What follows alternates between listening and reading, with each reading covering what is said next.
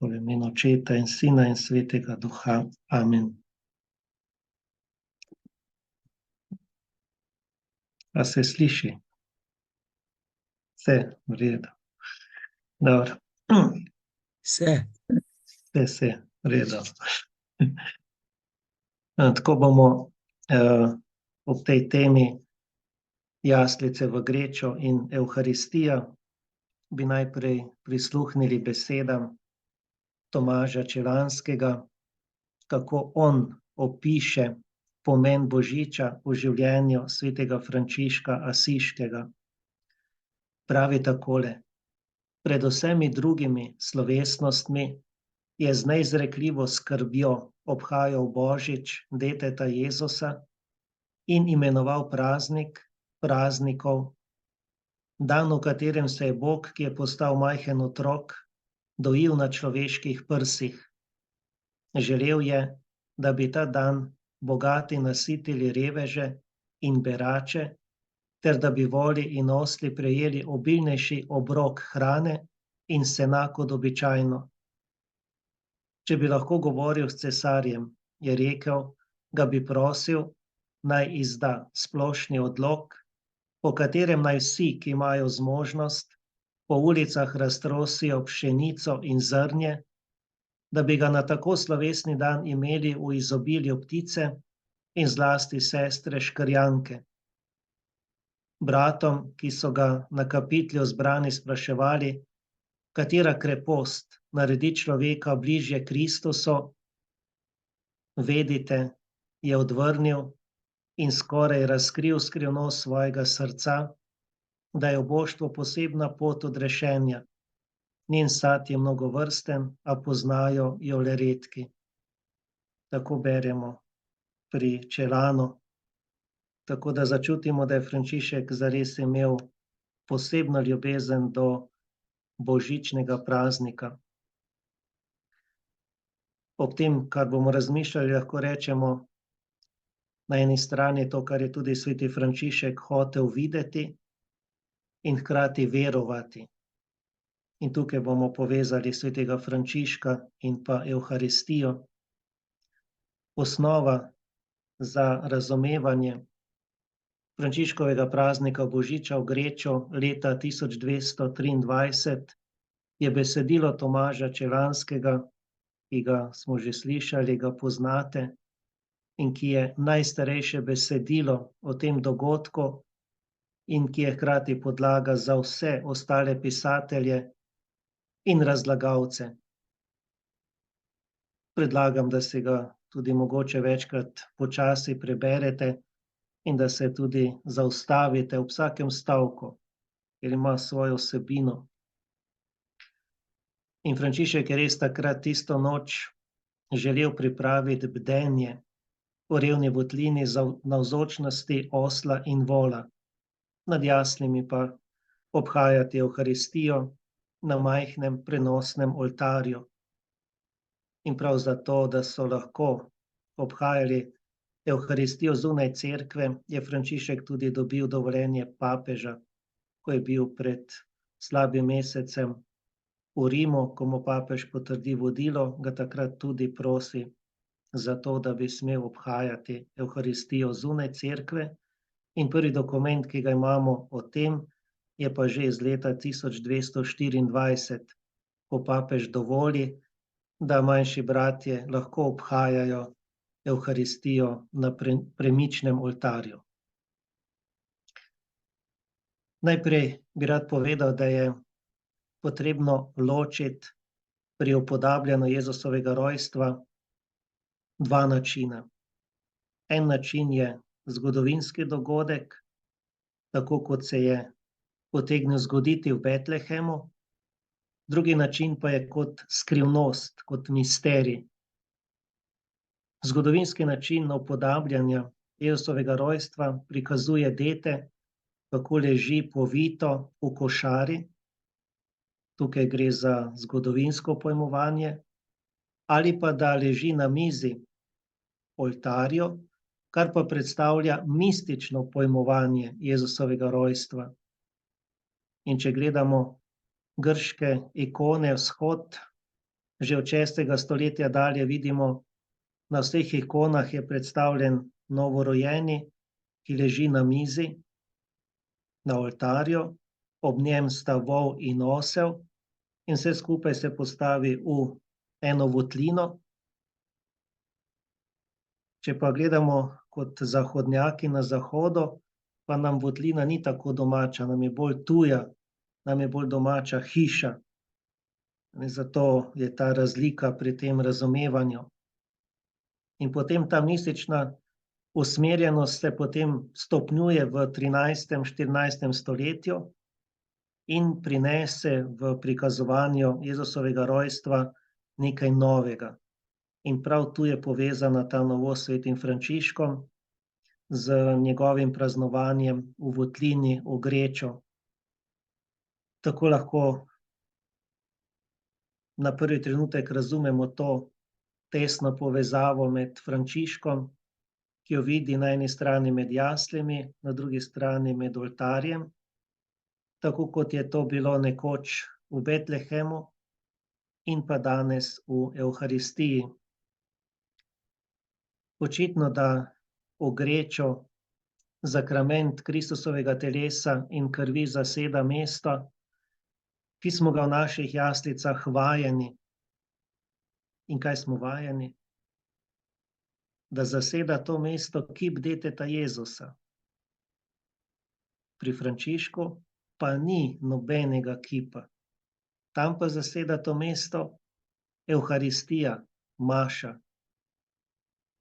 Za Frančiška Evharistija je vedno ponovitev očlovečenja.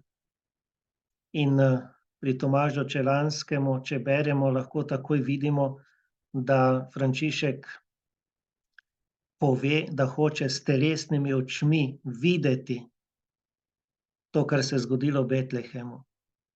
Videti ga hoče v Evharistiji. Pastirji so videli dete v Betlehemu, Frančišek ga pa želi s svojimi brati in z ljudmi videti v Evharistiji. In tam je večkrat poudarjamo s telesnimi očmi.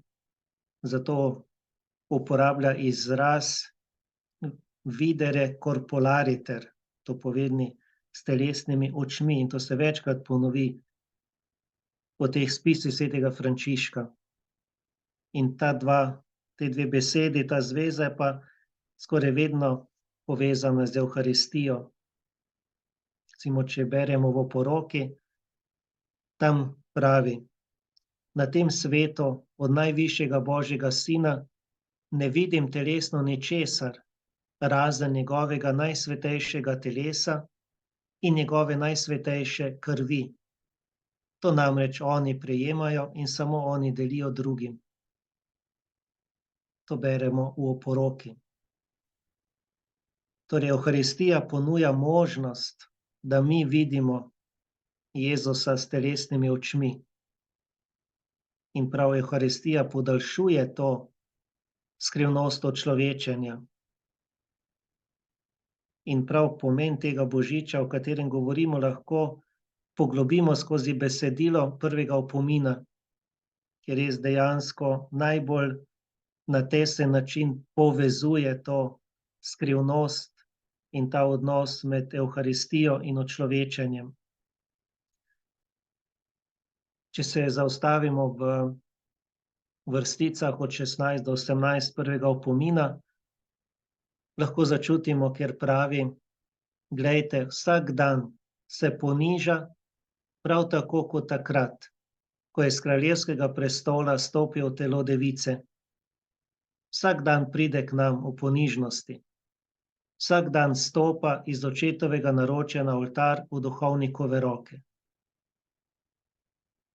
Tako začutimo to vzporednico med sestopom s kraljevega prestola, najprej v telo device, kar je učlovečenje, in potem ta sestop iz očetovega naročja na oltar po duhovnikovih rokah. In to je Evharistija. In to je skupni imenovalec, ki omogoča to povezavo med Evharistijo in očlovečenjem. In ta skupni imenovalec je božja ponižnost. O tem smo tudi že ste poslušali pri prejšnjih premišljevanjih. In če gremo dalje s tem prvim opominom, bomo takoj prešli od tega gledanja k veri, preko človečenja do Evharistije. Kaj ima tukaj vera? Vera je tisti prehod od videnja do videnja in verovanja. In prav v tem besedilu se ponovi 4-krat in predstavlja temeljni argument tega opomina. Očitno to, da govorimo o veri, ne pomeni, da ne govorimo o Evharistiji. Kajti videli bomo, da je prav vera tista drža, ki je potrebno imeti do Evharistije, enako kakor do učlovečenja. In besedilo se res prične s citatom iz Janezovega evangelija o tem, kako je mogoče spoznati ali videti očeta. Ko Jezus pravi, kdor vidi mene, vidi tudi mojega očeta. In tej trditvi v prvem opominu, če beremo, sledijo tudi druge in so skoraj vse vzete iz tega Janezovega evangelija. Včasih se mu zdi, da govorijo kaj nasprotno, ampak ker je Bog duh, pravi, ga nihče nikoli ni videl. In tu opazimo eno igro govorjenja, tega nasprotnega govorjenja, kjer uporablja citate iz evangelija, hkrati pa to služi za eno prebuditev pozornosti na to temo, o kateri govorimo. Kako lahko nekdo spozna ali vidi Boga? Kaj pomeni, da kdor vidi Jezusa, vidi očeta? In tukaj prevladuje ta glagol videti. Se bomo zdaj malo dotaknili te povezave videti pa verovati. Oba argumenta pravita, da je treba za to, da bi videli Boga, preiti od preprostega videnja do gledanja in verovanja in predstavljata dve podobni ali vzporedni situaciji. Imamo na eni strani situacijo Jezusovih učencev, ki so videli Jezusa kot človeka in so morali verovati, da je to res Božji sin. In pa če se mi postavimo pred Evharistijo, kjer vidimo kos kruha, in mi moramo enako videti in verovati, da je to Kristusovo telo. Torej vidimo, v obeh primerih je potrebno poudariti ta prehod od enega preprostega videnja do videnja in verovanja. In to je vera. In tukaj stopa, če beremo v opominu dalje, tudi Sveti Duh. Sveti Duh je pa tisti, ki prebuja vero v naših srcih ali pa v srcih vernika. Pravi dalje v opominu, Gospodov duh, ki prebiva v svojih vernih, je torej tisti, ki sprejema presveto Gospodovo telo in kri. Vsi drugi, ki nimajo od istega duha in si jo drznejo prejemati, si sodbo jedo in pijejo. Tako je zapisano v prvem opominu. In ta prvi opomin je najdaljši od vseh in pravijo razlagalci, da je tudi kot en uvod vse ostale opomine, ki so do 28. In tukaj je dobesedno navedeno, da ko smo deležni evharističnega obhajila, tega ne delamo mi, ampak Sveti Duh, ki prebiva v nas. Če razrešimo to skrivnostno trditev, je rečeno, da če prejemamo evharistični kruh, ki ga ločimo od katerekoli druge hrane in ga prepoznamo kot Gospodovo telo, se to zgodi, ker je Duh v naša srca vlil vero. In to tisto vero, ki omogoči prehod od tega videnja preprostega kruha do videnja, da je res v tem kruhu Kristusovo telo, da je on navzoč.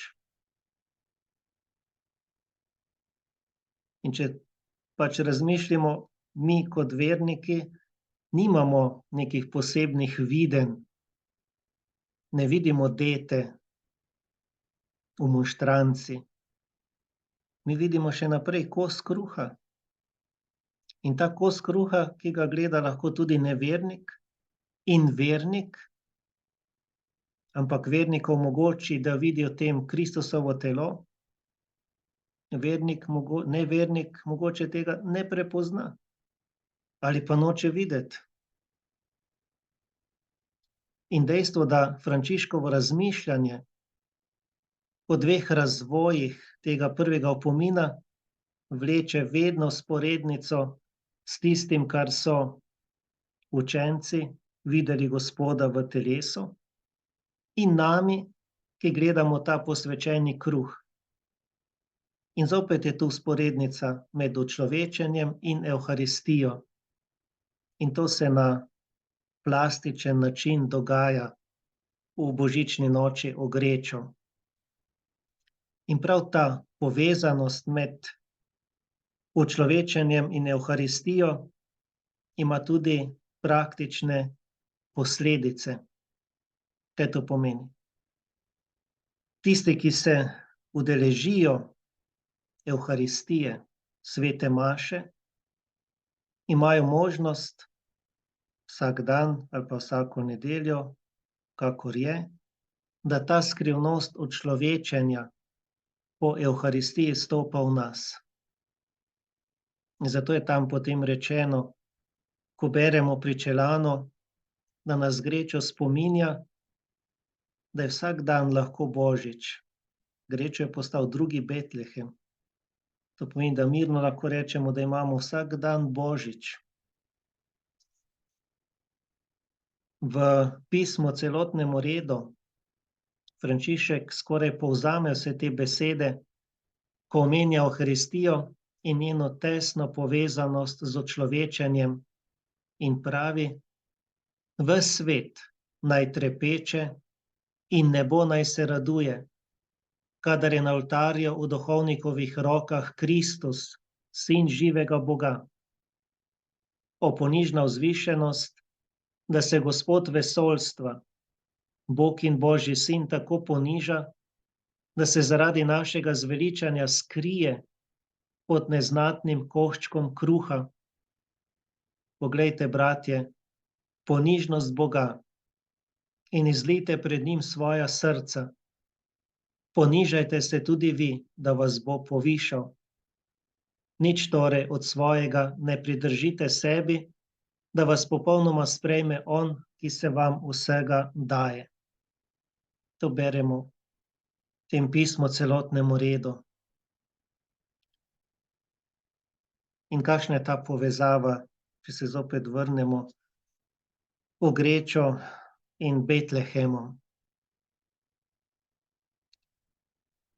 Frančiškova izkušnja pred jaslimi, ki so postavljene v Betlehemu, je ta, da je hotel na poseben način doživeti, razumeti to ponižnost učlovečenja in povezave z Evharistijo. Zato Frančišek tudi nam želi pomagati, da sprejmemo ta izjemni, res bistveni dar za našo vero in za naše krščansko življenje. In zato je on na tak poseben komunikacijski način konkretno povezal učlovečenje in Evharistijo.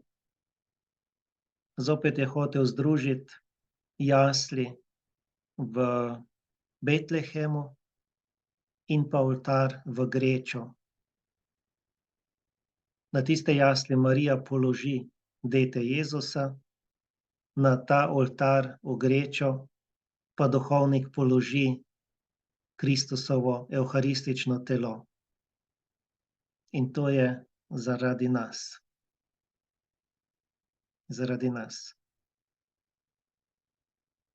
In mirno lahko rečemo, da Frančišek res iz Greča naredi novi Betlehem. In če po eni strani Betlehem fizično daleč od nas, v tem trenutku je tudi težje priti do te votline Jezusovega rojstva, se da, ni nemogoče, ampak je oteženo.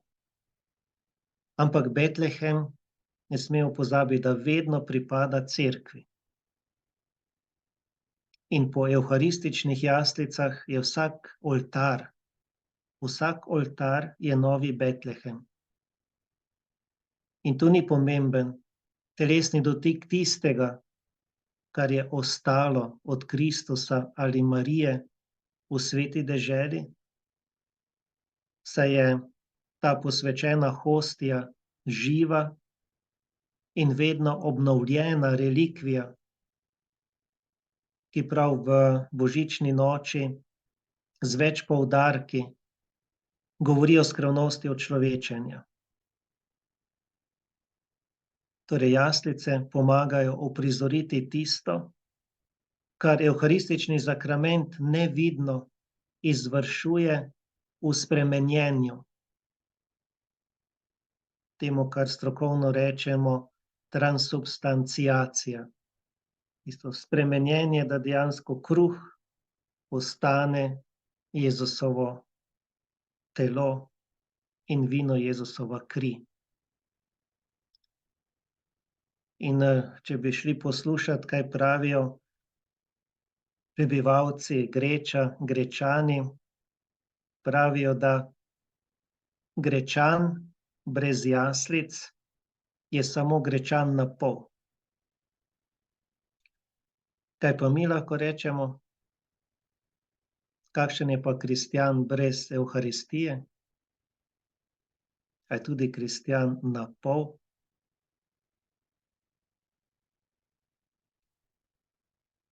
In za pogovor, za premišljevanje osebno,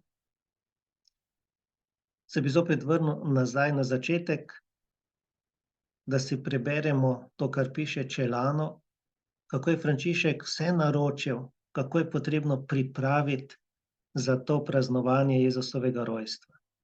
Kaj se naroči? In on sam se pripravlja. To pomeni, da se moramo tudi mi pripravljati, ko gremo k sveti maši, ko gremo tam, kjer se ponavlja očlovečenje. Kako se jaz pripravljam na sveto mašo? Kot duhovnik, kot redovnik, redovnica, bratje, laiki in tako naprej. Ta priprava na sveto mašo. Mislim, da več ne rabimo vprašanj, ampak priprava na sveto mašo. Ko lahko malo o tem razmišljamo, pa preden bo kdo kaj povedal, bi pa še povedal to, da v Greču že od leta 1973, že 50 let, uprizarjajo med 6-krat do 9-krat od prvega svetega večera do 3 kraljev, uprizoritev v 6 prizorih, to dejansko, kar se je zgodilo takrat, ko je Frančišek obhajal evharistijo za božični dan. Moramo vedeti, da prvi prizor, ki govori, predstavlja tisto stisko, ki so imeli prebivalci Greča. Imeli so razne stiske, bolezni, najbolj so bili pa močni volkovi. Te so požirali živali, tudi ljudi, vse toča je bila strašna, vsako leto, ko je opustošila polja, vinograde, tako da je bilo zelo težko in hudo. In tu v tem trenutku pride povabilo Frančiška, naj pride tja. Kajti Frančišek je rad imel, kot dobro vemo, take zapuščene kraje. On se je umikal okrog tam, ampak so ga povabili in je prišel tja. Ampak so se tudi dogovorili, da jim bo Frančišek pomagal, ampak so morali tudi sami prebivalci obljubiti, da bodo spoštovali tudi Boga, zapovedi, da ne bodo kršili zakonov in tako naprej. In potem se bo ta stiska umirila. In dokler so bili zvesti tej zavezi, paktu, dokler niso kršili zakonov, je bilo vse v redu.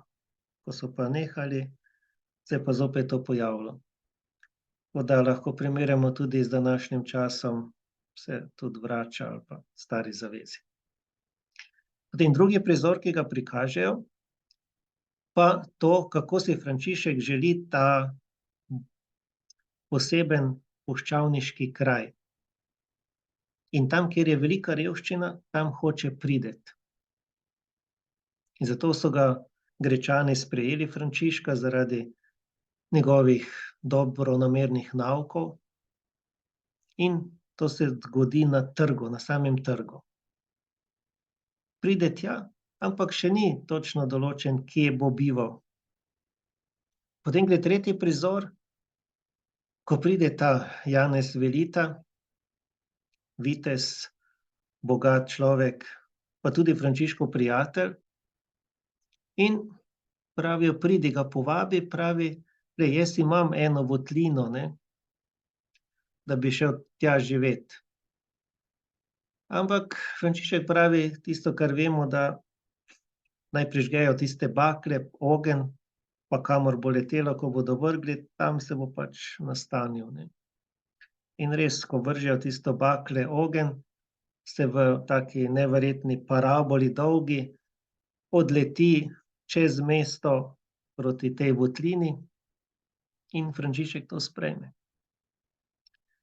Potem nastopi četrti prizor tega dogajanja, ko pa že pridejo njegovi bratje. Tu imamo Leona, Rufina, Angela. So zraven skupaj, tako pripravijo ogenj, razpravljajo, govorijo o redu, o vodilu, o dvomih, ki imajo, o Evharistiji, pač razpravljajo o duhovnih stvareh. In tu, ko razpravljajo te duhovne stvari, in Frančišek razkrije, pravi, rad bi na poseben način obhajal praznik Jezusovega rojstva. In to tukaj v Greču. In zakaj tukaj v Greču? Ker me ta votlina in to okolje najbolj spominja na tisti zapuščeni kraj v Betlehemu, kjer se je Jezus rodil. Potem nastopi peti prizor.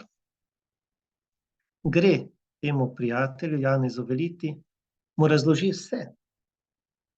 Kaj si zamišlja in kako naj pripravi, da bo res ta praznik Jezusovega rojstva v vsej polnosti pokazal to, kar je Jezus doživljal v Betlehemu. In Janez ga uboga, gre, pripravi vse tako, kot mu Frančišek naroči. Ni nobenega dvoma v njemu, gre takoj z veseljem in pripravi. In potem nastopi pač zadnji, šesti prizor, ko pridejo vsi ljudje, bratje, polno ljudi z veseljem, z baklami, vse je pripravljeno in Frančišek je tu najbolj vesel, ko je videl, da je vse tako, kot si je zaželel. In zato jim Frančišek potem v pridigi, zopet tudi tu, v zadnjem prizoru govori o Betlehemu, o skrivnosti očlovečenja. In pa na koncu je vedno tisto, kar je videl Janez Velita, da oživi otrok. In to tak otrok, otroček iz mesa in krvi. In pol zaključijo, čudež je res dosežen. Greča je takrat postal novi Betlehem. Evo, Če boste imeli kdaj priliko to videti, si boste vzeli čas, pa boste lahko šli. Je pa objavljeno tudi na internetu o teh stvareh, zelo zanimive. Tako da tam še vedno držijo za to pripravo, da govorijo to, kar se je res zgodilo pred 800 leti v Greču.